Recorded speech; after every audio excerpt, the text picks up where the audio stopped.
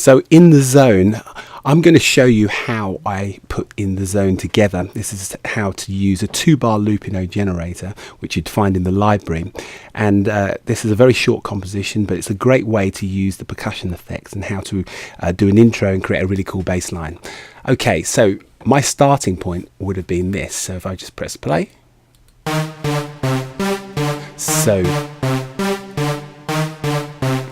that's the loop. You can see that the tempo is at a sprightly 120. So when you do dance music, always think about going above, at least above a 110 or 115. Okay, so always when you're creating a dance beat, think about the bass drum playing on the beat. The kick is exactly the same as the bass drum, but the kick is a little louder. And then you've got your hi-hats playing on the offbeats. There's a lesson in No Generator that shows you exactly how to do this. Okay, so the first thing that I would have done is I wanted to use these percussion effects, and this is just a matter of experimenting with the sounds. So having the rhythms on and seeing what the effect is. You can see it's just playing on the beat with the bass drum, and it's just a nice effect. So I use that, and then for the bass line, I just use what we call the root notes. So because this started with C, I just used C, and I haven't created a fully bass line because I wanted something which was going to anticipate a bass line coming in. All right. Then once I had this, I thought about the arrangement I wanted to put in, and the way you do your arrangements is to, before you even start arranging your music, this would have been on bar 1, but it's been arranged to bar 7. Okay, is to just turn or hide instruments and see how you'd like them to start. So maybe start with just this, then bring the bass drum in, then the bass line. You can hear it building up. So once you've got an idea of what you want it to be, what you do is you copy it over all the bars. I copied it all the way through to bar number 8, and then I went back to bar 1 and started deleting what I don't need in order to create my music. My intro. So let's just see what I did. So you can see here, turn this on, that I started off with just the bass and the loop.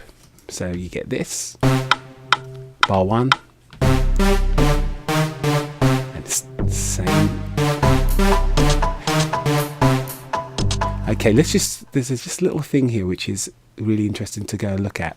Is on the second bar I keep the same arrangement, but what I do just for the anticipation on the second bar, I've just put in a G there. So that's a really cool effect actually. So you listen to the two bass lines just on their own. It's not a fully formed bass line, but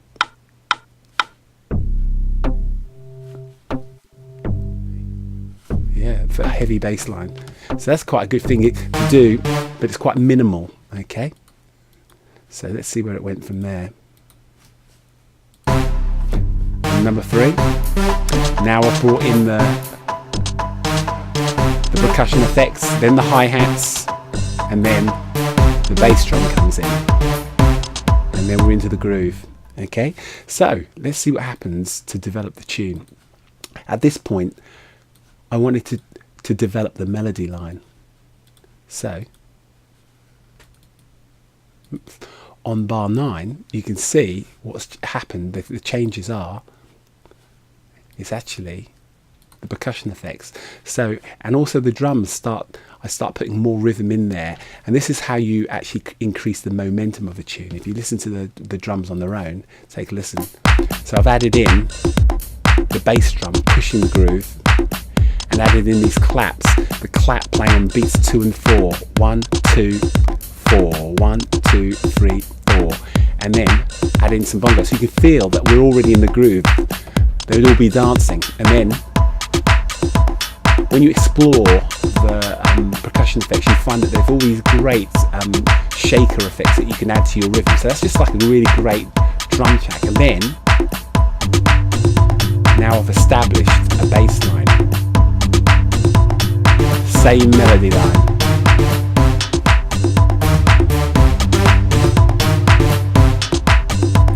On the second loop, all I've done is taken a few of the beats out. They're slightly different on the second loop, you see, compared to, so if you look at the bass drum, I take out the bass drum there. So there's just a bit of variation. What I would have done is copied this loop over 2 bars. I would have copied it, and I would have used my paste options and just put the drums in. Okay, so it's a quick way of doing it. So I'm going to cancel that. I won't do it now because I've already done that. Okay, let's put all the instruments on and see where the track went after that.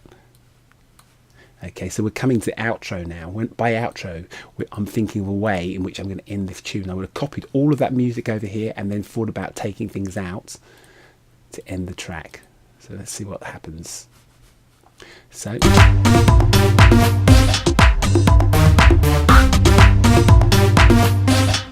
okay, so what happens here is the melody line has changed. Everything else remains the same, but the melody line now, and this is the idea of just giving a bit of variation. And all I've done is made these higher notes.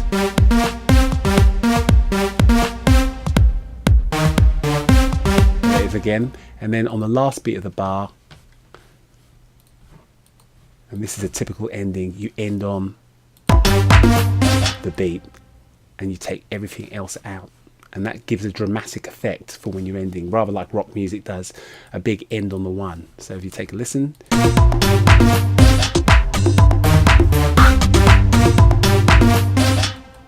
that's it. It's a very short composition. Let's just quickly go through the whole tune. I'm just going to give a little overview of the tune. I'll speak through it as it goes through